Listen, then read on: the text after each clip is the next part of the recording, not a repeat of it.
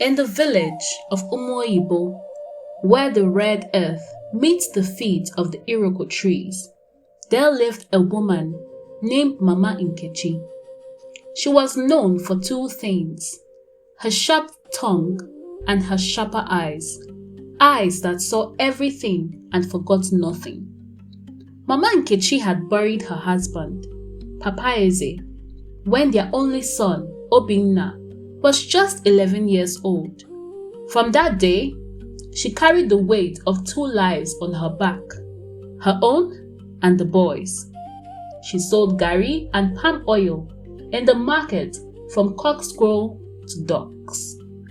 And at night, by lamplight, she mended clothes for the wealthier families of the village. Every kobo she earned, she folded into a cloth and hid beneath the mattress, whispering to it as though it were her child, "Grow, grow for my son." The village woman often said, "Nkechi has poured her whole life into that boy," and it was true. She had. Obinna grew tall and clever.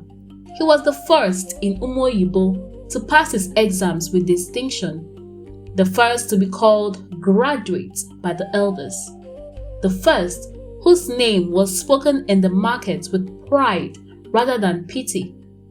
Mama Nkechi would walk through the market and stalls with her chest high, greeting people who years before would not have looked twice at the widow with the torn wrapper. "That is my son," she would say, even when no one had asked. "That is the one I trained alone." And for many years, this was enough. Her pride in him was her food, her water, her reason to wake up each morning. She did not yet know that a heart which feeds only on one thing will in time become and begin to starve when that thing is shared. Obinna left the village for the city of Enugu, where he found work with a construction company. Within 3 years, he had built a name for himself. Reliable, hardworking, a man other men trusted with their money and their projects. And in the city, he met a young woman named Amara. Amara was not from Umoibo. She was from a family of teachers in Onitsha. Educated, soft-spoken, but with a quiet strength that did not need to shout to be noticed. When Obinna brought her home to introduce her to his mother, the whole village gathered, as villages do, to look and to judge. Mama Nkechi looked at Amara for a long time before she spoke. She saw the girl's fine skin, unmarked by market sun. She saw her clean hands, hands that had perhaps never carried a basin of gari on their head. And something small and cold turned over in Mama Nkechi's chest, a feeling she did not yet have a name for. "Welcome," she said finally, and embraced the girl. But her eyes, when Amara could not see them, followed the girl's every movement, the way a hawk follows a hen it has not yet decided to hunt. The wedding took place at the end of the harvest season. The village ate well that day: pounded yam, oha soup, goat's meat, and enough palm wine to make even the quiet men sing. Mama Nkechi danced at the ceremony, her wrapper flying, her voice rising above the drums. To anyone watching, she was a happy mother. But that night, alone in her hut, she sat by the dying fire and did not sleep. "My son used to come home to me," she whispered to the darkness. "Now he will go home to her?" The thought sat in her like a stone swallowed whole. It did not pass. It settled. At first, the change in Mama Nkechi was small enough that even she did not fully see it. When Obinna visited with gifts, a new wrapper, a bag of rice, money folded neatly in an envelope, she thanked him, but her eyes searched for what he had brought Amara. If the gift for Amara seemed finer, she grew quiet, for the rest of the visit. If Obinna spoke of Amara's cooking, her intelligence, her kindness to the neighbors, Mama Nkechi's smile would tighten at the corners like cloth stretched one thread too far. "She has taken my son's tongue," Mama Nkechi told her friend, Mama Chidimma, one afternoon as they shelled melon seeds together.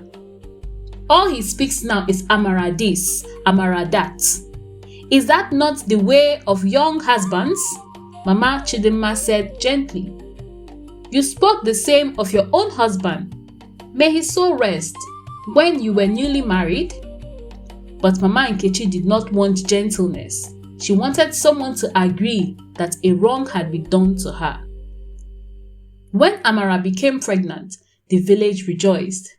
Obinna wept with joy when he brought the news to his mother, kneeling before her in the old way to thank her for the life she had given him, the life that would now continue through his own child. Mama Nkechi held her son's head to her chest and said all the right words. But that night, watching him ride his motorcycle back toward the city, back toward Amara, back toward the child that was not yet born but was already somehow taking up more space in her son's heart than she now occupied, she felt something inside her crack. "She will have everything," Mama Nkechi said to the empty room. "The house, the husband, the child, and I will be left with nothing but visits, like a stranger." It was not true. It had never been true. But envy does not deal in truth. Envy deals in fear dressed as fact.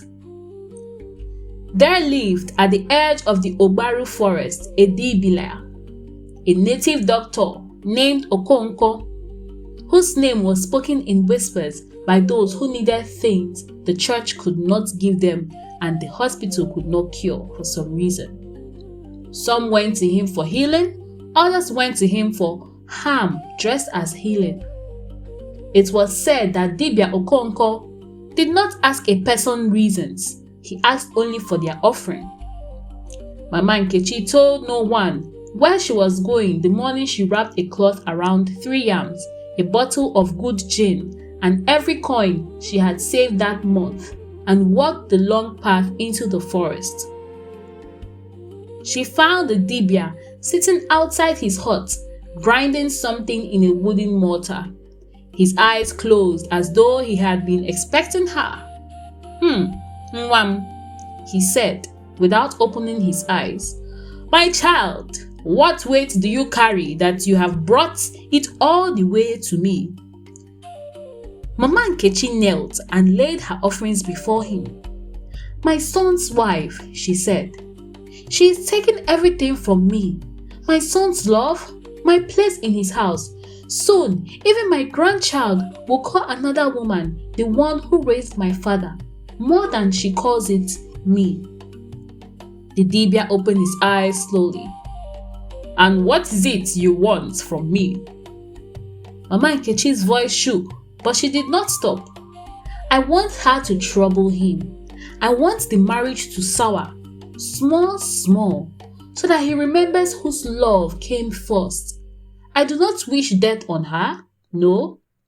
Only that she loses her sweetness in his eyes." The Dibia was silent for a long moment. Then he said words that Mama Nkechi, in her hunger, did not truly hear. "Envy does not know how to aim small.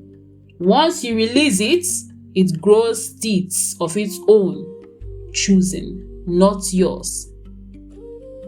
He gave her a small pouch of ground herbs and ash, bound in red thread, and instructed her to bury it beneath the threshold of her son's compound before the next full moon, speaking Amara's name 3 times, as she did. Mama Nkechi paid what he asked and left before the sun had fully set. The patch, hidden in the folds of her wrapper, pressed against her skin like a second poisoned heart. On her next visit to the city, Mama Nkechi waited until the household slept. In the deep quiet of the night, with only the moon and a distant dog's bark for company, she knelt at the threshold of her son's gate and dug a small hole with her bare hands. "Amara," she whispered, placing the pouch inside. "Amara." She covered it with earth. "Amara." She soothed the dirt flat and stood, brushing the soil from her palms, as though brushing away the weight of what she had just done. She told herself, as she walked back into the house, that she had only asked for small things, a little friction, a little distance, and nothing more. But the dubious warning followed her back to back and back to her sleeping mat, and though she did not want to hear it, some part of her already knew what is buried in bitterness rarely grows into anything sweet. The trouble did not come all at once. It came the way termites come, quiet, hidden, eaten from the inside until the wood gives way without warning. First, it was small quarrels. Obinna, normally patient, began to snap at Amara over things that had never bothered him before. A delayed meal, a misplaced tool, the volume of the radio. Amara, confused and hurt, tried harder to please him, which only seemed strangely to deepen his irritation. Then it was the business of Obinna's. Obinna's construction contracts, once steady, began to fall through. One after the other, for reasons no one could quite explain. A project in Oka collapsed when the client suddenly withdrew funding.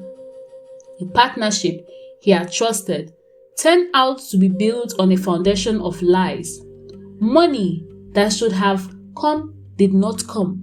Money that had been saved began mysteriously to disappear, misplaced, miscounted, or simply gone. Amara, heavily pregnant now, began to fall ill in ways the hospital could not name.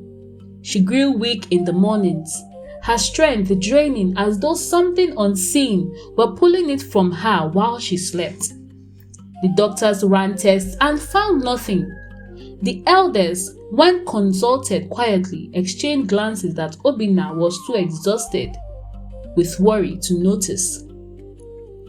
And Mama Nkechi, when she visited, watched all of this with a strange, hollow feeling in her chest. Not quite the satisfaction she had imagined, but something closer to dread. Though she refused to name it, she told herself it was working exactly as she had asked. Small trouble, small distance. She did not let herself look too closely at how quickly the smallness was growing. The child came early, in the middle of a storm that stripped the roofs from 3 houses in the compound and split an old mango tree down its center. Amara's labor was long and difficult, far harder than the midwife had expected. Obinna paced outside the room, his hands shaking, praying to God that everything would be okay. He was praying to a God he had not spoken to properly in years, and in the corner of the compound, half hidden from the rain under the eaves, Mama Nkechi stood and watched the door, gripped by a fear she could not explain, a fear that had nothing to do with wanting harm and everything to do with realizing, too late, that she no longer had any control over what she had set into motion. When the baby's cry finally broke through the sound of the storm, the whole compound seemed to exhale.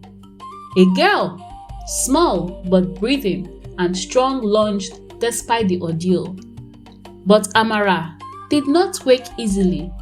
She drifted in and out through the night, fevered and murmuring things that made no sense, while the midwife pressed cool cloths to her head and murmured prayers of her own. Mama Nkechi sat outside the door until dawn, and for the first time since she had walked into Ogbaru forest, she wept, not for herself, But for the girl inside, the girl she had wished only small trouble upon, who now lay fighting for her life, while a storm tore the sky apart above them. It was old Mama Chidimma arriving at first light with pepper soup for the new mother, who found the edge of red thread poking up from the disturbed earth near the gate, where days of rain had washed the soil thin. She said nothing to Obinna. She was an old woman. An old woman in Umoyibo know the shape of buried things when they see them. Instead, she went to find Mama Nkechi, who was sitting alone by the cooking fire, her eyes red and hollow from the night's vigil. Nkechi, Mama Chidimma said quietly, holding up the small ash-stained pouch. Tell me this is not what I think it is. Mama Nkechi looked at the pouch and then at her old friend's face, and the strength went out of her all at once.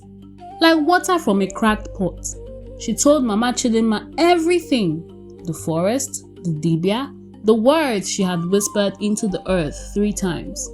I did not want it to kill her, Mama Nkechi cried, her voice breaking. I only wanted my son to remember me. Mama Chidimma was silent for a long while before she spoke. Nkechi, you have loved that boy since he was in your belly. But love that fears sharing is not love. It is hunger wearing love's clothes. You did not need to steal his heart back. It was never anywhere but with you. You simply could not see past your own fear long enough to trust that. Mama Nkechi did not wait for judgment from the village. She rose, wrapped her cloth tightly around herself, and walked once more into the Igbaru forest, the pouch clutched in her trembling hand. She found the dibia, Okonko, exactly where she had left him, as though no time had passed at all. I have come to undo it, she said before he could speak. Whatever it costs me. The dibia studied her for a long time. The undoing, he finally said, always costs more than the doing. That is the nature of these things. You wish to know the price? Tell me, she replied. What you buried in bitterness, you must dig up in truth. You must go to your son's wife, not your son, his wife, and confess with your own mouth what you have done. Without excuse, without softening, only a truth spoken freely can loosen a curse planted in secret, and you must carry water from this forest to her doorstep every day for 7 days, on your own head, as penance for the burden you tried to place on hers. Mama Nkechi did not hesitate. I will do it. The village of Umoyibo had never seen anything like it. Mama Nkechi, proud Mama Nkechi, who had once walked through the market with her chest high and her tongue sharp, now walking the long road from the forest to her son's compound each morning, a clear pot of water balanced on her head, her feet bleeding by the 3rd day, her pride bleeding faster still. On the 1st day, Amara would not look at her. On the 3rd day, Amara listened, silent and still, as Mama Nkechi knelt beside her sickbed and told her everything. The jealousy that had grown in the dark corners of her heart, the forest, the dibia, the pouch buried at the threshold, the fear that had made a monster of an old woman's love. I do not ask for your forgiveness. I do not ask you to forgive me, Mama Nkechi said, tears falling freely now. I ask only that you know the truth, so that whatever heals in you heals honestly. By the 5th day, Amara's fever had broken. The doctors, baffled, called it a miracle of the body. The elders, who misunderstood such things differently, simply nodded to one another and said nothing. By the 7th day, Mama Nkechi arrived at the compound for the last time. Her pot of water balanced on a head bowed not from the weight of the clay, but from the weight of shame carried honestly all the way through. Amara, sitting up, now with her daughter at her breast, looked at her mother-in-law for a long moment. Then she rose, walked to her, and took the pot down from her head with her own 2 hands. "You do not need to carry water to my doorstep anymore, Mama," she said softly. "Carry it instead into your own heart, so that whatever you plant there next, you plant with an open hand." On the day of the baby's naming ceremony, the whole village gathered once more under the same canopy where Obinna and Amara had married. Mama Nkechi sat at the front, no longer at the center of every eye, but no longer resenting it either. When it came time to give the child a name, Obinna turned to his mother, as tradition demanded, and asked her to speak it. Mama Nkechi rose slowly, her hand still bearing the marks of 7 days penance, and looked at the small girl in Amara's arms. "Her name," Mama Nkechi said, her voice steady for the first time in a year, "is Chidimma Obi. God is good to the heart." For it took a broken heart to reach an old woman that love was never a thing to be hoarded. It was always a river meant to be shared, and it does not run dry from the sharing. It only runs dry from the damming. The village murmured its approval. Obinna wept, and Amara, holding her daughter close, reached out with her free hand and took Mama Nkechi's. The same hand that had once buried bitterness in secret, now open and empty and finally at peace. They say in Umoyibo, even today, that envy is a fire that promises warmth, but delivers only ash, that it burns brightest in secret and dies quickest in the light of a spoken truth. Mama Nkechi lived many more years after that season of storms, and she never again walked the path of the Uburu forest. She did not need to. She had learned the hard way that all true lessons are learned, that a mother's love does not shrink when it is shared. It multiplies the way one flame can light 100 lamps and still burn as bright as it began. And that, the elders say, is the true weight of envy. It is heavy only for as long as you insist on carrying it alone. And now I ask you, do you think that Mama Nkechi was punished enough for what she did?